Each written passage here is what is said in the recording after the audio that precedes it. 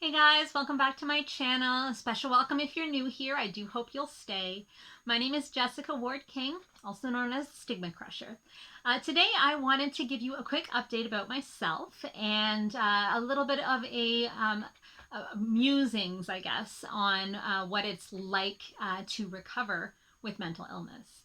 So something that I've been sharing with you as I go along this journey is for the past 2.5, almost 3, I guess, years, pretty much since COVID hit, I have been struggling with a bipolar depressed episode.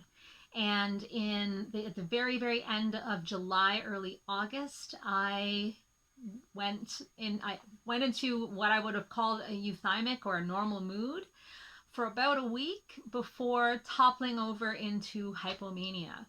Now, for those of you that are new here, I do have bipolar disorder, and hypomania is that state where it's not quite full mania, so there's no hallucinations, no serious delusions, but there are things like risk taking, risky sexual behavior, for example, excessive behavior, so excessive eating, for example, hypersexuality, not sleeping very much, if at all, not needing to sleep, not being tired despite not sleeping, lots and lots of energy, nervous energy, fidgety. I was super, super fidgety, also quite reactive. So I would get angry really, really quickly, whereas normally I'm fairly even tempered. And my family really noticed that one. And talking a lot, talking really, really fast. And as you can see, I'm already a fairly loquacious, quick talker. So it's really noticeable when I tip over and start a hypomanic episode. And so in the past, my hypomanic episodes, they have to last for at least 7 days, and they've usually lasted about that 2 weeks, maybe tops. This one lasted a month and a half, and it was wonderful from one perspective. And I've been telling you this over the summer. From one perspective, it was wonderful because I'd been depressed for 2.5 years. I had been suicidal for half of that at least. I had tried every medication known to man. I had tried ketamine. I had done all of the things, and I was concerned. I was to the point where I didn't think I was going to get out of this one.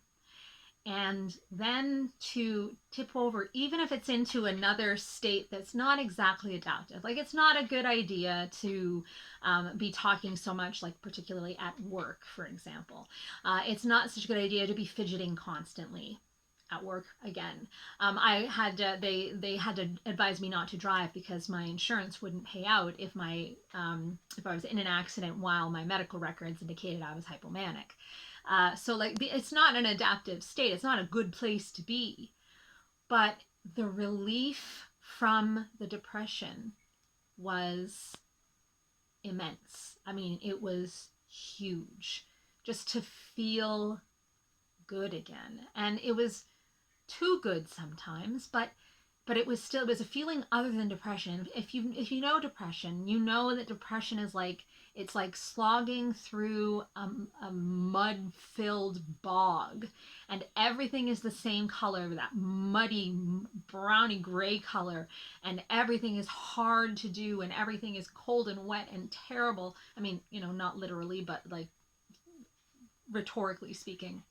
And it's just like food doesn't taste right, and smells don't smell right, and the sunlight and the colors of flowers doesn't look right. And after 2.5 years, you forget what it was like before, and you're just lost in this bog. And to suddenly see in such bright colors, to suddenly smell and taste and hear such glorious crispness, it was seductive. I'm not gonna lie. The thing that kept me moving along with treatment towards becoming stable was, and I know that stability is the goal in bipolar disorder. I know very well. I've been on the seesaw for a very long time, but it was so nice. And the only thing that kept me going back to my doctor and saying, okay, I'm not sleeping. I'm talking to you about, like, I know that I'm hypomanic. We've got to change the meds. I was terrified that they were going to change the meds and I was going to go back into depression. But the only thing that kept me going was my family saying, like, my partner, for example, my wife, telling me, this isn't you. Like, I can count on two hands the number of times we were intimate in that 2.5 years while I was depressed, because if you know depression, it's very difficult to be intimate when you're depressed. And while I was hypomanic, it was constant.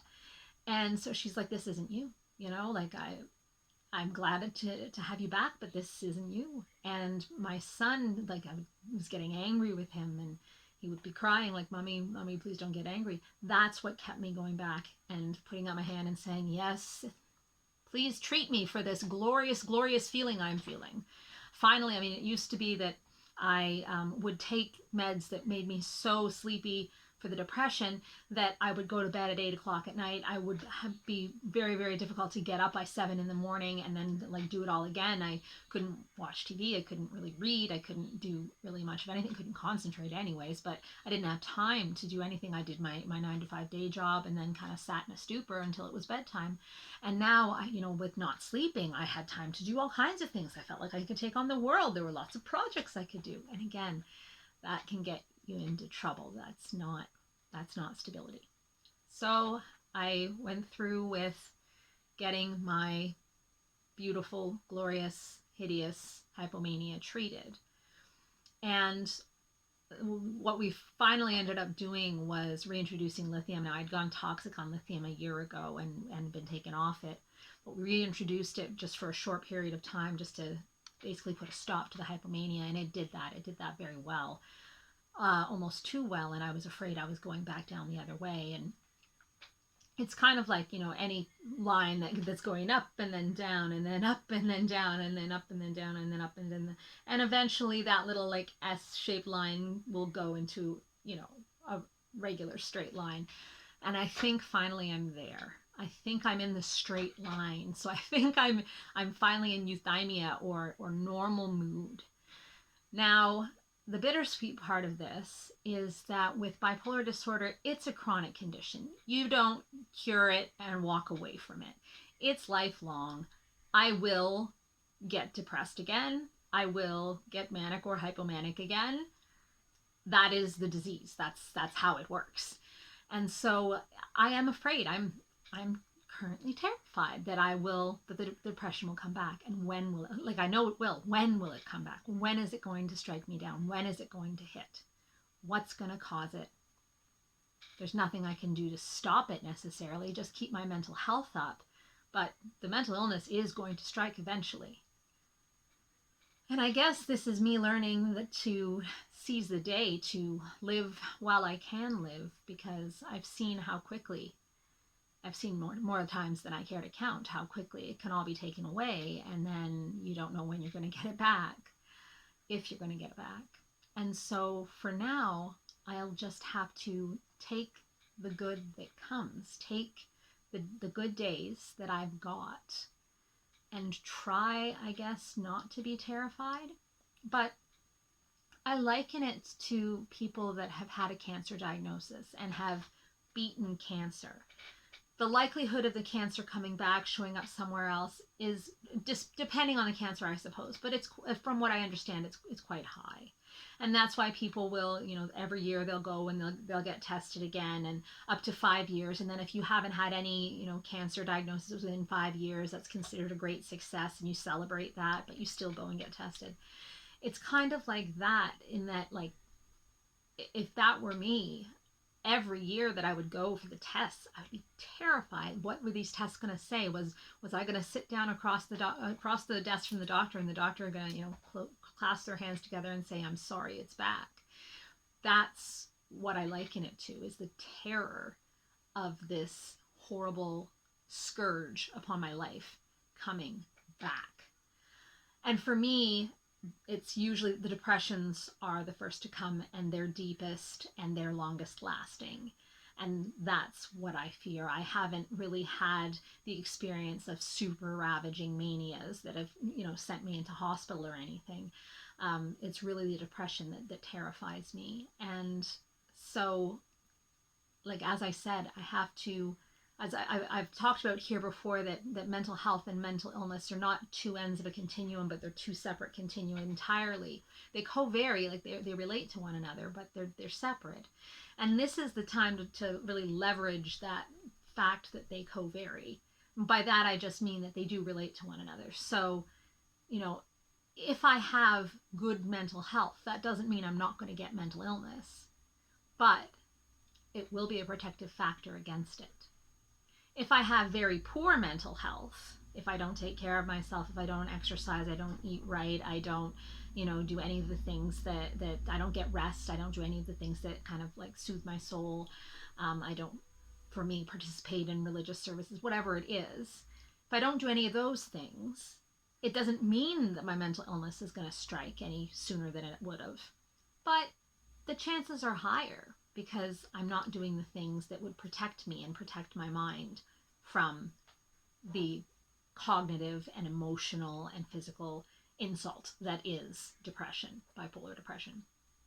So all of this time that I'm spending well, I can only spend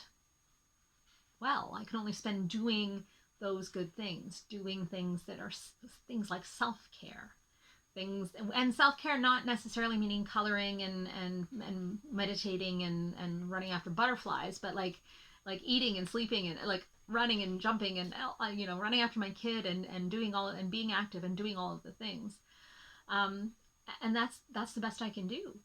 There's just not a whole lot else I can do. The disease will catch up with me one day, and hopefully I will determine that I've lived well since the last one. So I guess that's where that leaves me. And for me, I was kind of thinking, God, that's bittersweet. But I saw my psychiatrist today, and he's like, no, you know what? It's a good life lesson from the illness. The illness leaves you with a lot of fallout and a lot of brokenness, but it can also leave you with nuggets of wisdom, and this might be one of them. I guess. I don't think I'm going to be rushing anytime soon to thank my disease, but I'll take the learnings where I can take them. So yeah, that's it.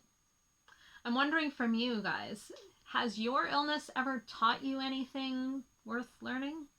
Have you experienced these kinds of aha moments, or periods of normal mood, or of quote unquote normalcy that maybe taught you something about your disease, or vice versa?